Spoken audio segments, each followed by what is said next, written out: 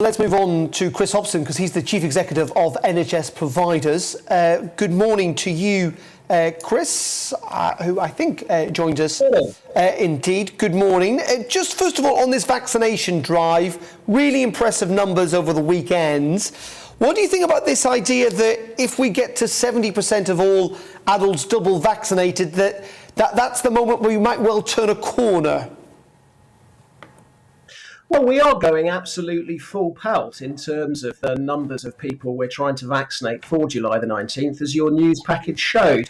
Hope you don't mind me saying that as a loyal West Ham fan, it was actually the West Ham Olympic Stadium where your clip was from, not Tottenham's football stadium. Anyway, we're going absolutely full pelt.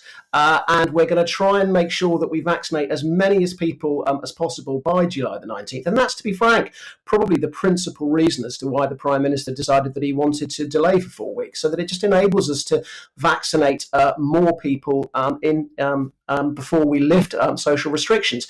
The bit that's really interesting, Darren, is that if you talk to our hospital chief executives, what they say to you is that although there are a smaller number of people, extra people coming in as a result of COVID-19 at the moment, there are very, very few people who've got double vaccinations and who've had that 3-week protection build-up. So we know that the vaccines are working. And yes, we're all hoping that the 19th of July will be the date that we remove these social restrictions, but that's obviously a decision for the government and the Prime Minister. Hey, Chris, that's why, in many ways, I shouldn't be allowed near sports, not recognising these stadiums.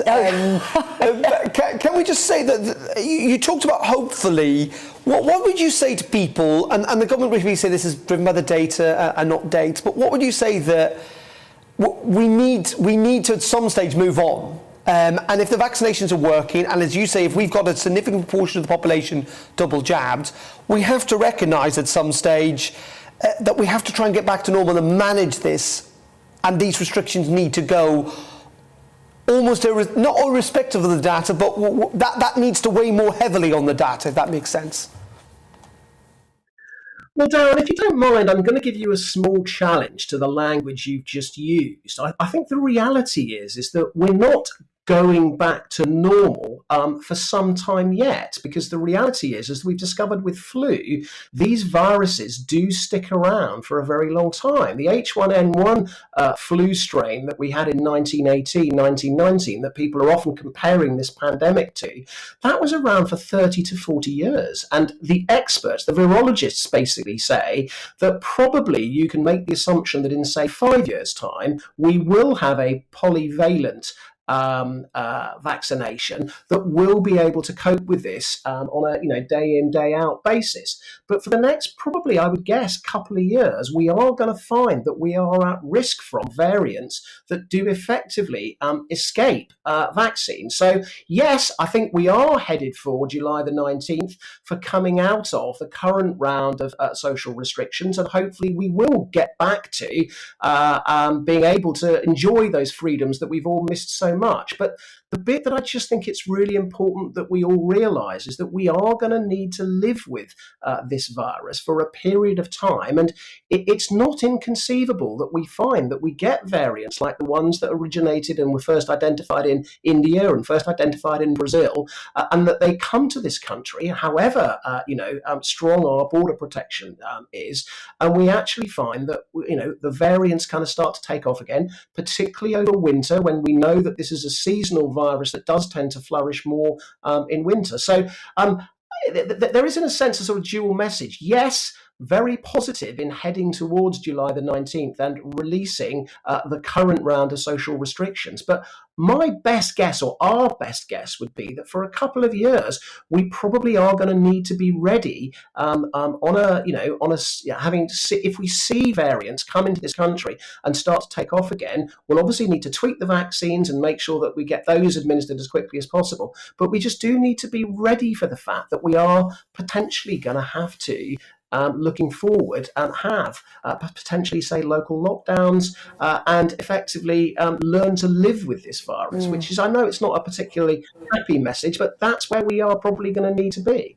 Yeah. But I want to move on to booster jobs, but just briefly to pick up on that, but isn't that people's concern that there are lots of our audience and lots of people out there who think we've already been too cautious.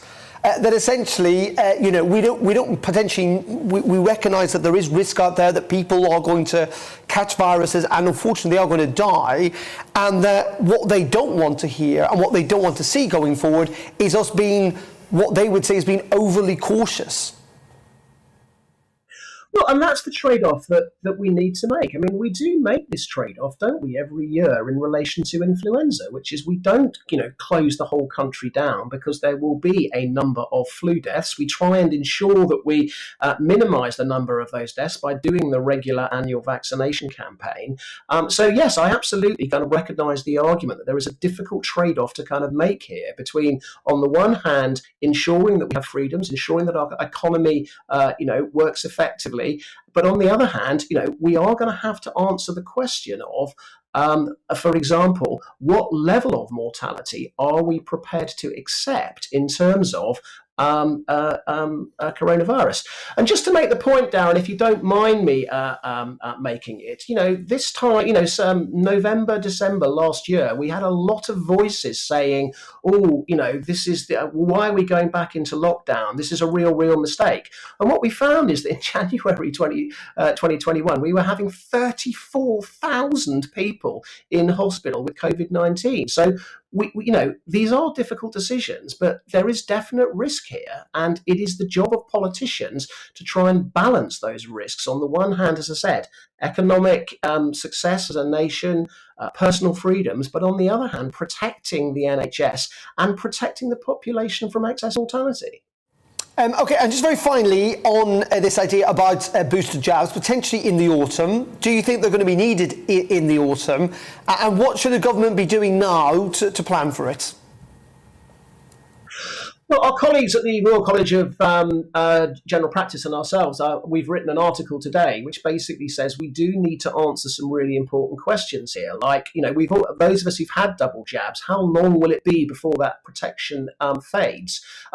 When we come to the boosters, if we are going to have them, do we need a different jab from the one that we had before? So I was double AstraZeneca. Do I need a Pfizer, in the booster jab? What are we going to do in terms of how do we incorporate new jabs that are coming along? We know there are some more jabs that are due to arrive over the next few months. I've just talked about the fact that we, in the annual flu vaccine, we tweak that vaccine every year. How often are we going to tweak the coronavirus vaccine? Crucially, because we start vaccinating for flu in September, are we going to be able to combine the COVID-19 jab with the flu jab? So, one idea is a COVID-19 jab in one arm, a flu jab in the other arm. And the other question that we need to answer is, are we going to vaccinate children?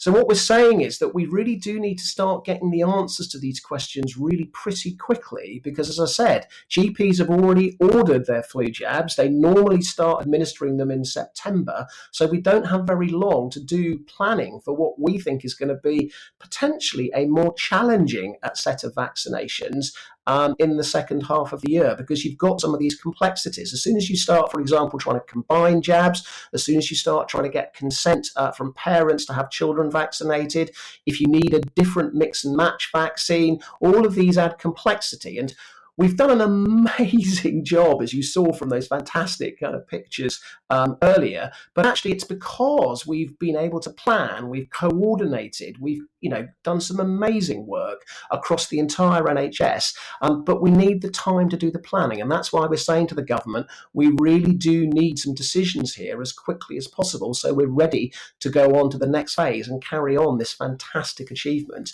that we've done so far in terms of the vaccination campaign. Okay, fascinating stuff. Thank you very much for your time. Chris Hopson there, the Chief Executive of NHS Providers. Thank you very much indeed, Chris. Thank you.